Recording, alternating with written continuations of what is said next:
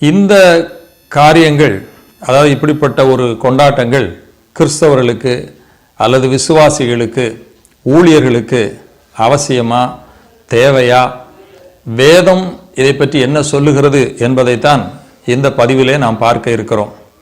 ஒருவேளை அநேகர் இதில் என்ன பெரிய தவறு இருக்கிறது, இதில் என்ன பெரிய குற்றம் இருக்கிறது என்று கூட சொல்ல தோன்றும். எதையுமே நாம் வேத வசனத்தின் அடிப்படையிலே தான் தியானித்து அறிவது மிக நலமானது. நாம் ஆதி ஆகமத்திலிருந்து வெளிப்படுத்தின விசேஷம் வரைக்கும் பார்க்கும்போது, பழைய ஏற்பாட்டினாலும் சரி புதிய ஏற்பாட்டினாலும் சரி, ஆண்டவருடைய பிள்ளைகள் யாரும் இப்படிப்பட்ட இந்த பிறந்த நாட்களை விழாவாக ஆசரித்ததாக பார்க்க முடியாது.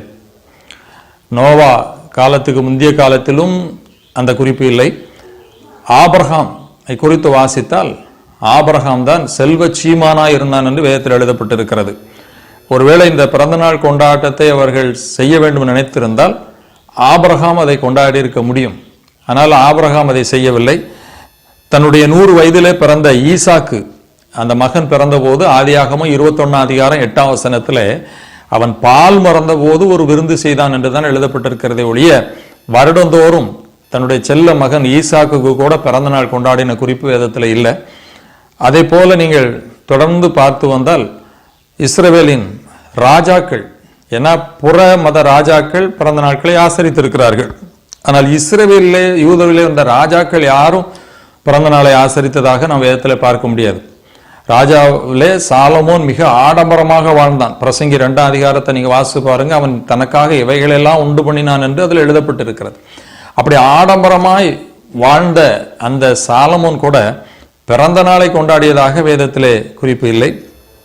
புதிய ஏற்பாட்டுக்குள்ளே வந்தால், இயேசு கிறிஸ்து 33 வருடம் இந்த பூமியில வாழ்ந்தார். பிறந்த நாளை அவர் ஆசரித்ததும் கிடையாது. தன்னுடைய பிறந்த நாளை கொண்டாடும்படி சொன்னதும் இல்லை. நாம தான் இன்னைக்கு கிறிஸ்துமஸ் என்று கொண்டாடி கொண்டிருக்கிறோம். அப்போஸ்தலர்கள் யாரும் பிறந்த நாளை ஆசரித்ததாக வேதத்தில் இல்லவே இல்லை. அப்படியானால் இப்படிப்பட்ட ஒரு காரியம் கிறிஸ்தவத்துக்குள்ளே எப்படி வந்திருக்க கூடும் என்று சொன்னால், புற மதத்தினர் அதை செய்திருக்கிறார்கள், புற ராஜாக்கள் அதை செய்திருக்கிறார்கள். அதை அந்த அடிப்படையிலே தான் இங்கே வந்திருக்க வேண்டும். எரேமியா 10:2 வாசிக்கிறோம், புறஜாதிகளுடைய மார்க்கத்தை நீங்கள் கற்றுக்கொள்ளாதீர்கள் என்று இஸ்ரவேல் ஜனங்களுக்கே ஆண்டவர் கட்டளை கொடுத்தார். எனவேதான் இதையெல்லாம் அவர்கள் செய்யாமல் இருந்திருக்க கூடும். ஆனால் இந்த காரியம் எப்படி கிறிஸ்தவத்துக்குள்ளே வந்திருக்கும் என்று சொன்னால், அங்கிருந்தான் வந்திருக்க வேண்டும்.